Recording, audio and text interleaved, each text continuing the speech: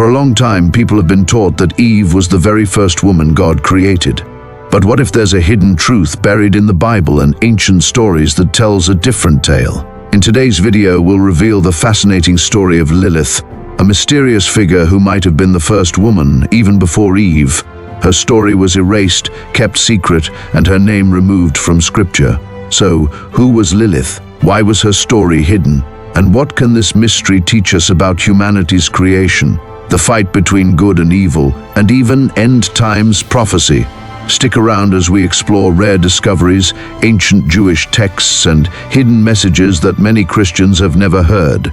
Think you know the creation story from the Bible? Think again. This untold story might change everything you've believed. Before we start, share your thoughts in the comments.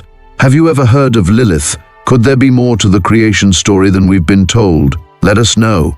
And if you're excited to learn hidden truths and uncover Bible mysteries, like this video and subscribe to our channel for more amazing content. Don't forget to share this with your friends and family so they can join in too. Let's get started. We'll begin with the creation story most of us know, the story of Adam and Eve.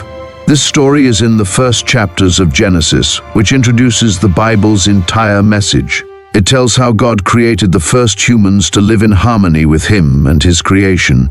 In Genesis chapter 1, the Bible says, "So God created man in His own image. In the image of God He created him, male and female He created them." Genesis chapter 1 verse 27. Here the word man comes from the Hebrew word Adam, which can mean humanity. This verse shows that both male and female were created in God's image, with equal status and dignity. This account is poetic and emphasizes how humans were made to reflect God's character. But this leads to an important question. If both male and female were created at the same time in Genesis chapter 1, why does Genesis chapter 2 tell a different, more detailed story? In Genesis chapter 2, we get a closer look at how creation happened.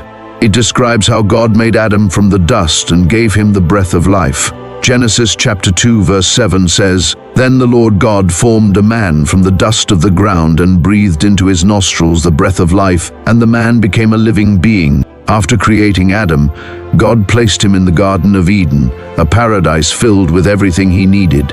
But soon God noticed that Adam was alone, and it wasn't good for him to stay that way. Genesis chapter 2 verse 18 says, "It is not good for the man to be alone. I will make a helper suitable for him." God caused Adam to fall into a deep sleep, and from his rib he created Eve, the first woman. This act is often seen as a symbol of unity and partnership, showing that Eve was made from Adam's side, not his head or feet, to highlight equality and companionship. The story of Adam and Eve has been taught for centuries as the foundation of humanity's beginning. It's a story about creation, partnership, and the first humans living in paradise. It also introduces the fall of humanity through disobedience, leading to their expulsion from the Garden of Eden. This event is viewed as the start of human sin and separation from God. The idea of Eve being formed from Adam's rib has traditionally been understood to mean she was created as an equal and distinct companion for him. But when we closely examine the text, especially in the original Hebrew, some questions arise. Why does Genesis chapter 1 suggest that male and female were created together, while Genesis chapter 2 gives a different sequence of events? Could there have been another woman created before Eve who was left out or forgotten in the traditional narrative? Some scholars believe the two creation accounts in Genesis might hint at a deeper hidden story. Genesis chapter 1 describes male and female being created simultaneously, while Genesis chapter 2 focuses specifically on Adam and Eve.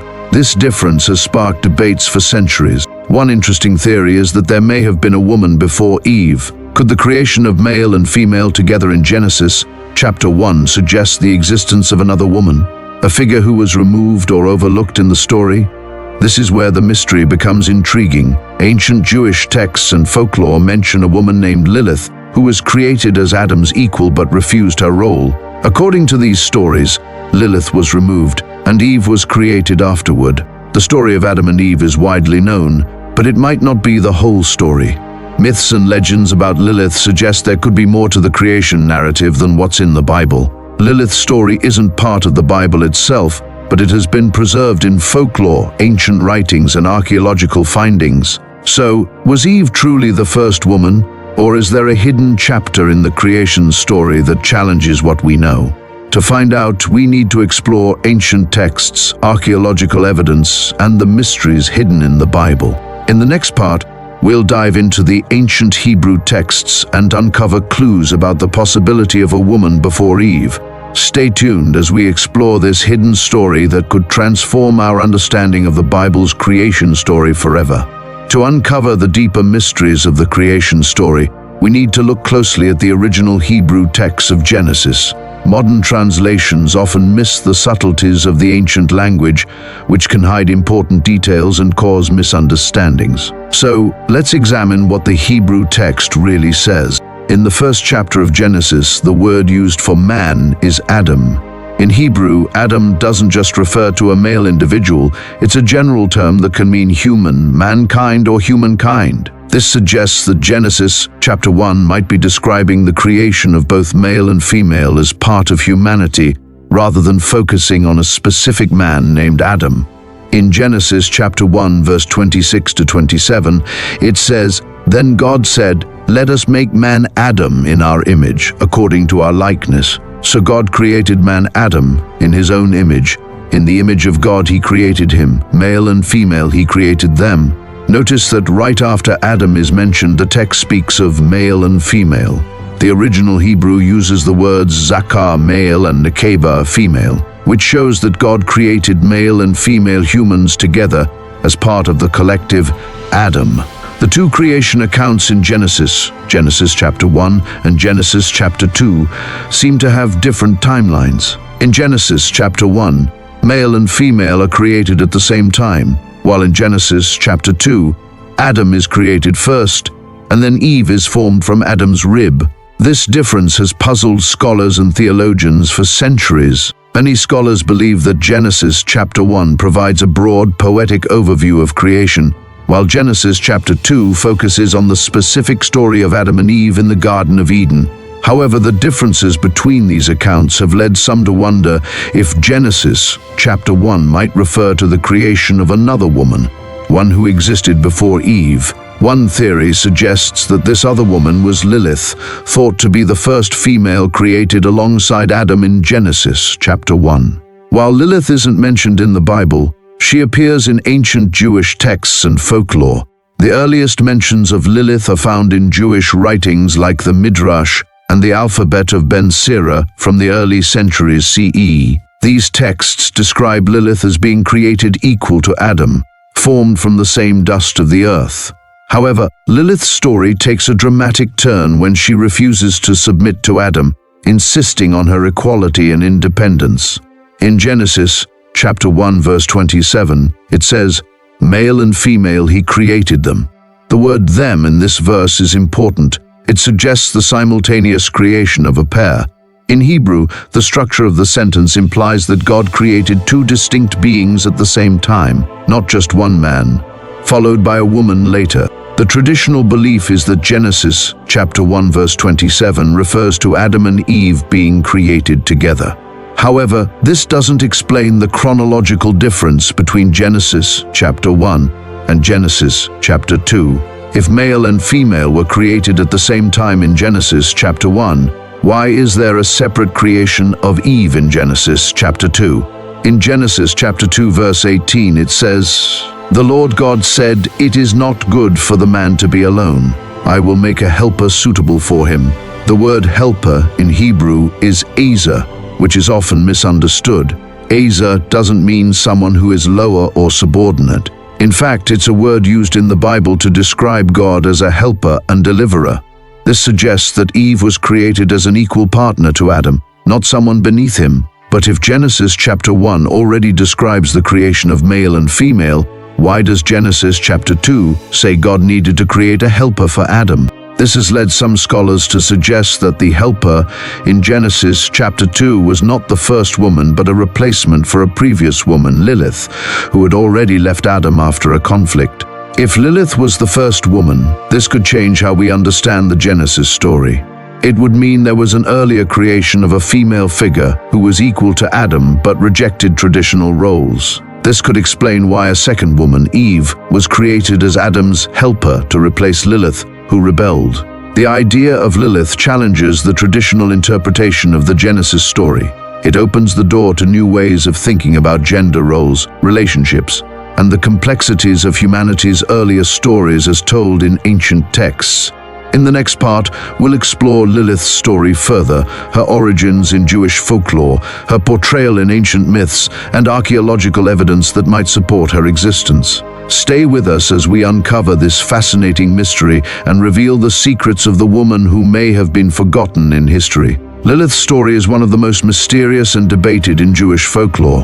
While her name isn't mentioned in the Bible, she appears in early Jewish writings like the Midrash, the alphabet of Ben Sira, and mystical texts such as the Zohar. Over time, Lilith has come to symbolize independence, rebellion, and untold parts of the Bible's story. The earliest references describe Lilith as the first woman created by God, formed at the same time as Adam, unlike Eve, who was made from Adam's rib. According to the Midrash, Lilith was created from the same dust as Adam, making her his equal.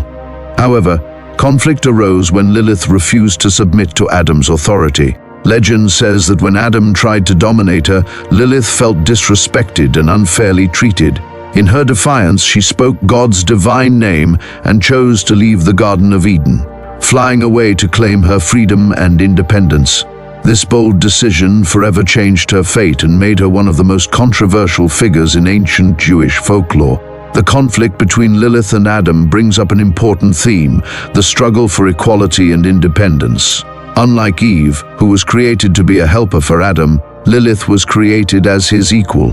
Her refusal to be subordinate was seen as rebellion, and her departure from Eden transformed her into a figure of myth and legend. One of the most detailed versions of Lilith's story comes from the alphabet of Ben Sira, a Jewish text written in the 8th or 9th century CE. Although this text is not part of the Bible, it offers fascinating insights into Jewish folklore and mystical traditions. In the alphabet of Ben Sira, Lilith's story is fully told. After leaving the Garden of Eden, Lilith is said to have lived near the Red Sea, where she was believed to associate with demons and become the mother of demonic offspring called the Lilith. God sent 3 angels, Senoi, Sansanoi, and Samangaloth, to bring her back to Eden, but Lilith refused. She insisted that she would rather stay free than return to a life of submission. Her decision to remain by the Red Sea and live independently made her a symbol of rebellion and defiance in Jewish folklore. Over time, her association with demons and the supernatural grew stronger, making her a figure of both fear and mystery. Interestingly, Lilith's story may not be limited to Jewish folklore. There are similarities between Lilith and characters from ancient Mesopotamian mythology. In Sumerian and Babylonian writings, there is a female spirit called Lilith, associated with the wind and the night. Lilith is often described as a strong, independent woman who roamed freely, refusing male control. Some scholars believe that the Jewish Lilith is an adaptation of the Sumerian Lilith. This connection suggests a shared myth about a powerful, autonomous woman who challenged traditional gender roles. In ancient societies, women like this were often feared and demonized, leading to portrayals of them as dangerous or evil. In the Epic of Gilgamesh, a famous Mesopotamian story, there is a reference to a demonic figure in the Hulupu tree, often linked to Lilith. This figure is described as bird-like and living in the darkness, which reinforces the idea of Lilith as a nocturnal spirit. While Lilith's name does not appear in most translations of the Bible, there is a mysterious reference in Isaiah, chapter 34, verse 14, that has sparked debate among scholars.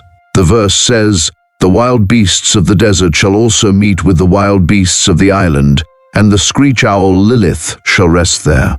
In the original Hebrew text, the word used is Lilith, which is very similar to the name Lilith. Many English translations interpret this word as screech owl or night creature, but the Hebrew term has deeper meanings. It is often linked to darkness, desolation, and supernatural forces, matching the description of Lilith as a night demon or a spirit of the wind in mythology. Some biblical scholars suggest that this verse might indirectly reference Lilith.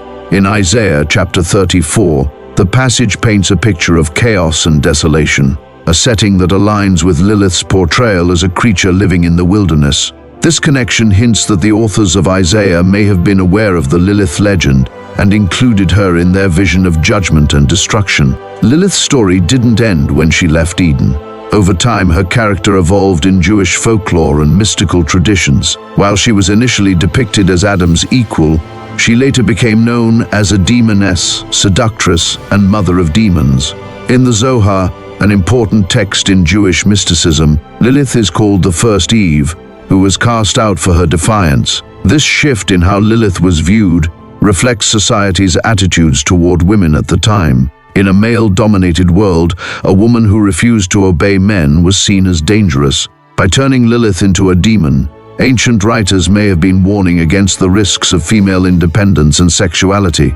In modern times, Lilith has been reimagined as a symbol of feminine strength and defiance.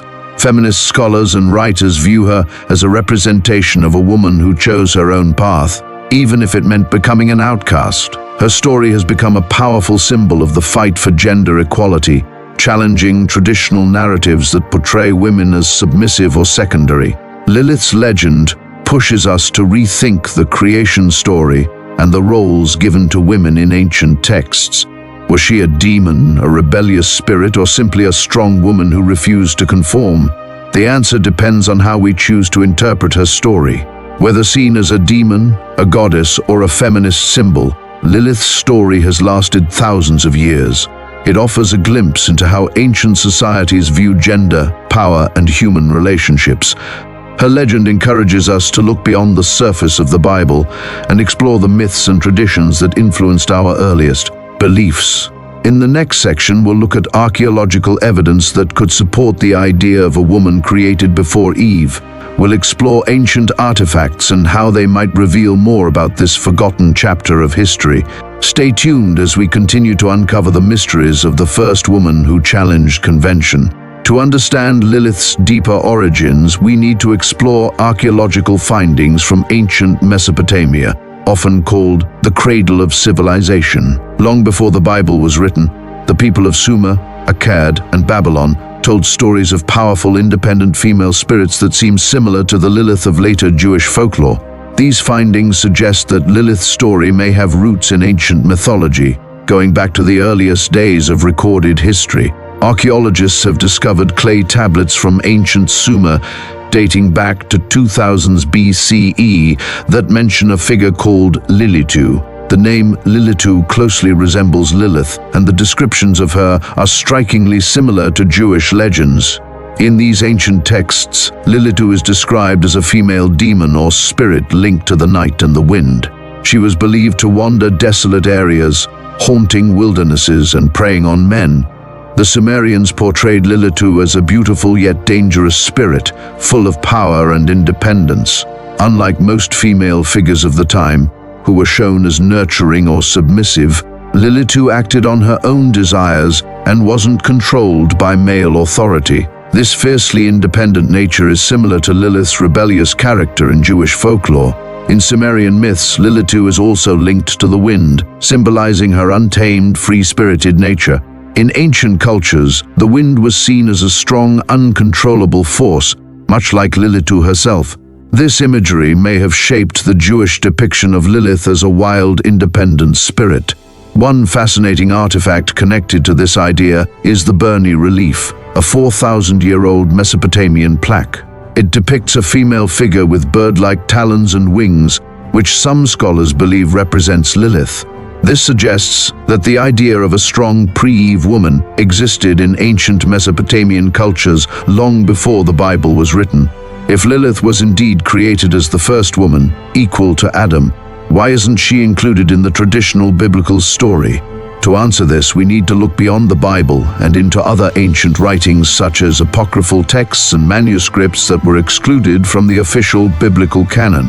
These hidden texts may reveal more about Lilith's lost story and the early beliefs that shaped our understanding of creation. One theory is that Lilith's story was deliberately left out or altered when the Bible was compiled. The process of deciding which texts to include in the Bible was influenced by religious, cultural, and political factors. The early leaders of the church and Jewish communities may have found Lilith's story too controversial.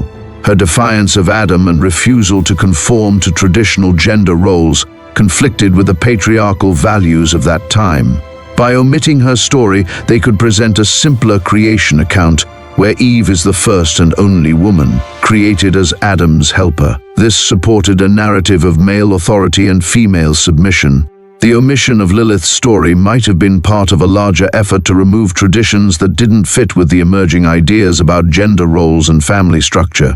A story about a rebellious first woman who refused to submit to her husband could have been seen as a challenge to societal norms, leading to her exclusion from the Bible's official texts. The discovery of the Dead Sea Scrolls in the 1940s changed our understanding of the ancient biblical world. Found in the Qumran caves near the Dead Sea, these scrolls date back to the 2nd century BCE and include some of the oldest copies of biblical and non-biblical writings. Among them are fragments that hint at stories and figures not included in the Bible, possibly even references to someone like Lilith. One fascinating scroll is the Genesis Apocryphon, which retells the Genesis story with added details not found in the traditional Bible. This text includes cryptic references to a conflict between Adam and a first wife. Some scholars believe this might be a reference to Lilith. The fragments describe a woman created alongside Adam, who later left him because of disagreements, echoing the legend of Lilith's departure from Eden. Although these fragments are incomplete and difficult to interpret, they suggest that early Jewish communities may have known alternative creation stories, including one about a first wife who wasn't Eve. The inclusion of such stories in the Dead Sea Scrolls, considered sacred by the Qumran community, indicates that Lilith's legend was more familiar and accepted in some circles than previously believed. Another important text, the Book of Enoch, offers further insights into ancient beliefs about supernatural beings. Though not part of the official Bible, the Book of Enoch was highly respected in early Jewish and Christian traditions. It describes fallen angels, demons, and other supernatural entities, giving us a glimpse into the mythology of that time. The text mentions night spirits and demonic beings that resemble descriptions of Lilith. These figures are portrayed as wandering the earth to harm or disrupt the natural order, which matches Lilith's role as a spirit of the night who preys on the vulnerable. The Book of Enoch also introduces the Watchers, fallen angels who rebelled against God and took human wives, resulting in the birth of the Nephilim. Some scholars see connections between these rebellious figures and Lilith. Like the Watchers, Lilith defied divine order, challenging established norms and facing consequences for her rebellion. The exclusion of Lilith's story from the Bible might reflect the influence of patriarchal values in ancient society. As Jewish and Christian communities developed their beliefs and formalized religious teachings, the roles of women in these texts became more conservative. Stories about strong, independent women, like Lilith, who didn't follow traditional gender roles, may have been seen as a threat to the social order. By leaving out or portraying such figures negatively, the early writers of the Bible promoted a narrative that emphasized male authority and female submission. The shift from Lilith being seen as an equal partner to being described as a demon reflects this broader cultural change toward patriarchal ideas. Despite being left out of the official Bible, Lilith's story lived on in folklore and legends. Her tale, though hidden, continued to influence religious beliefs and cultural traditions, giving us a glimpse into a forgotten chapter of the creation story. In conclusion, Lilith's story, whether seen as a myth or a piece of hidden history, invites us to explore the Bible and ancient texts more deeply. It challenges us to think about what we've been taught and consider that the story of creation may have more layers than we realize. Was Eve really the first woman? The answer might depend on where you look and how willing you are to explore ancient mysteries. Whether you see Lilith as real or symbolic, one thing is clear: humanity's history is far richer and more complex than we've been told. If you found this topic interesting, don't forget to like, subscribe, and share your thoughts in the comments. Do you think Lilith could have been the first woman? What other ancient mysteries would you like us to explore? Let us know, and we'll see you in the next video.